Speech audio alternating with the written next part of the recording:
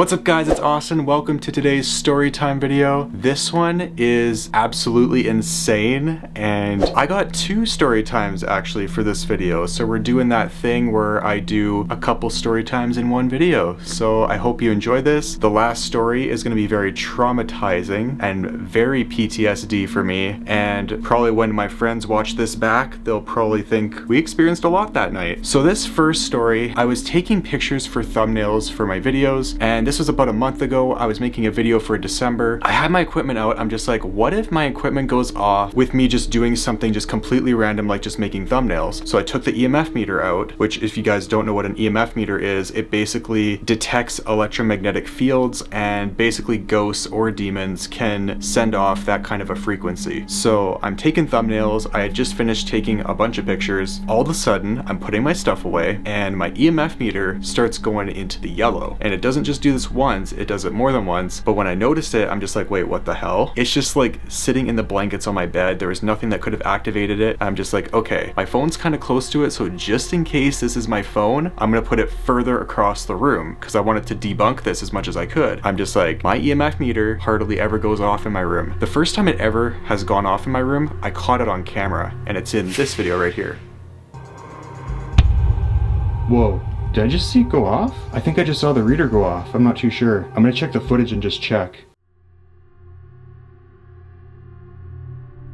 So you guys can go watch that, but this time it went off way more. It went off every few seconds, and my phone was far away from it now. It's going exactly like this. Yellow, yellow, yellow. And then I swear, at one point when I turned my head, it went red. And I'm just like, whoa, like it's never done red before. It's done yellow. It did yellow the first time it ever went off in my room, and I got that on camera. I'm just like, okay, now it's going red. I go to turn on my camera because obviously I didn't catch this on camera. Nothing was recording. I was just taking pictures. I turn on the camera. I try to ask it some questions to see if it'll do it again. It wouldn't do it. It just out of the blue would not do it anymore. I'm just like, is there anything that wants to talk? Did you leave the room? Nothing. Absolutely nothing wanted to communicate with me after that. So that was the activity in my house a month ago. So now we are getting into the part where me and my friends contacted ZOZO through dowsing rods. Now, if you don't know what dowsing rods are, they are these metal rods that stick out. You ask spirits questions through these rods. I tell them to go out for no, in for yes. And I'm on a video call with my friends Chris and Hayden. This story gets very traumatizing and very PTSD. I may have already mentioned that in the beginning of this video because it is the truth. This night went very wrong on the video call. So Chris had just finished watching one of my videos. He watched the video where the EMF meter went off in my room for the first time, which actually ties into this story very well. So he had just finished watching that video and he's just like, dude, you should get the REM pod out. I want to see it go off in your room. You should ask if there's like any spirits in your room with your REM pod on.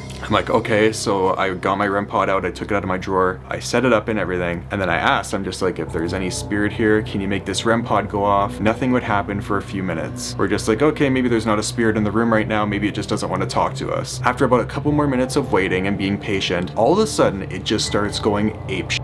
And I'm just like, where is this coming from? So obviously there's something in the room now. And this is where we start asking more questions. I'm actually getting very shaky. I don't know if you guys can tell.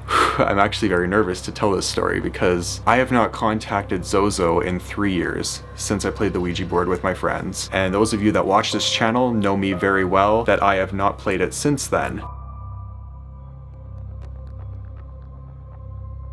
So the first question was pretty simple. We're just like, is the Shadow Man here? And if you guys don't know, the Shadow Man has haunted me for a long time, since 3 years ago. And we also have contacted him through the Ouija board also. And you're probably wondering like, Austin, how did you contact ZOZO through the rods? Later in the video, you don't need a Ouija board to contact ZOZO. That isn't the only way. You can use rods too. I would not recommend that because that's probably a way easier way of communicating with him. And you could probably get a stronger connection, which is not good. Anyways, continuing with this, we asked if the Shadow Man was here, the REM pod would not go off. So we just assumed that that was a no, and we continued on with our questions. And so then at one point I pointed to Chris on the video call, and I'm just like, is he gonna have an attachment from us doing this? Like, is he gonna be in trouble? Because if you guys don't know, if you are watching a paranormal video that has people talking to demons or like any kind of seance or whatever, it can actually open portals in your house if you watch that kind of stuff. And especially if someone is doing a seance over a video call like we were doing, it can definitely open that up too for that other person on the other end. So I asked, is Chris gonna have any attachments after this, or is anybody gonna have any attachments on this call? Immediately 2 minutes later, the REM pod starts going crazy. I think it was quiet for a while and then it started like going crazy, but it said yes to that question. And I'm also remembering that Chris's side of the call, he was actually getting some activity on his end. He was starting to hear footsteps, I think like weird tapping sounds. I could hear it on the call, so I can actually say that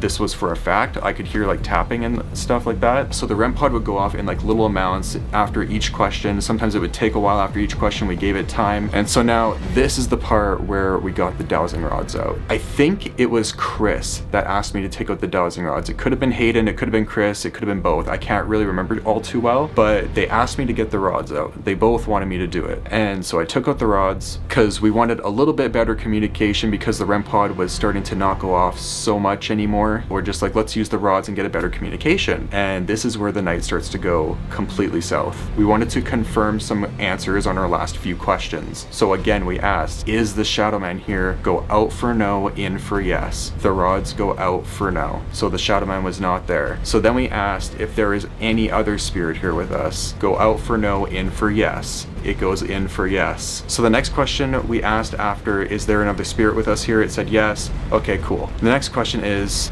there a worse spirit here than the shadow man or any spirit that we've been talking to in the past like 5 months or so? It goes to yes. And this is the part where I'm just like, I kind of had a feeling of what we were kind of talking to. I almost immediately wanted to end the session because we were getting such quick answers. It just felt really off. At least on my end it did. I don't know how it felt for Chris and Hayden, but on my end it just felt kind of off and it was very terrifying. So I asked a question that I probably shouldn't have asked, and me and Hayden actually said it at the same time. I said to the rods, go out if ZOZO is here. And then Hayden said, I think, is ZOZO here or something. We both said it at the same time. So usually it goes out for no, but I wanted it to go out for if it was ZOZO, and it went out completely. It went out very fast. This is where everybody starts panicking in the call. And I'm just like, okay, we gotta end the session. We gotta say goodbye. So I hold out the rods. I'm just like, can we say goodbye? It goes to yes. And then we say goodbye. And then this is the part where I start putting the rods away. So I put the rods away back in my drawer and I'm just like, okay, we are ending the seance tonight. We are turning everything off. I walk by the bed where the REM pod is and immediately it just starts going crazy. And Chris starts to go into a panic state. He is starting to breathe very heavily and very quick, and he is starting to cry. He was going through all kinds of emotions during this video call. It was insane. And me and Hayden had to try and calm him down. He was going through a full-blown panic attack. He said he was starting to go through a panic attack and he was starting to really freak out because we had just contacted one of the most powerful demons of all time. Like, if you guys don't know, ZOZO is one of those higher level demonic spirits and he is very powerful. You do not want to mess with him. You do not want to contact him. The reason that I've contacted him in the past in videos is because we always wanted answers and we wanted to educate people that the Ouija board and ZOZO is a very bad thing to do, and basically wanted to show what the consequences are with evidence of it happening. So anyway, going back to Chris freaking out, he was having this panic attack for a while. It had to have been almost like an hour or two. I'm not even joking. Like, it took a long time to calm him down. And yeah, after that, we just put everything away. We're just like, we're not doing another seance because we already contacted something really bad. Oh, and while we were doing the dowsing rods, I forgot to mention this. This is while we were doing the dowsing rods. It was like in the middle of the session. I totally forgot to mention this earlier in the video. Not only was Chris experiencing some weird tapping and knocking that I mentioned earlier in like footsteps, but like Hayden was starting to hear these loud footsteps upstairs where his room is. I'm not sure if these footsteps were on the stairs or going down the hallway. He didn't really say. We couldn't really specify where they were coming from, and I can't really tell you guys. He just didn't say anything. He just said that he heard footsteps outside of his room, and that was during when the dowsing rods were like working really well and we were getting consistent answers with them back and forth. And basically, yeah, that's what happened. And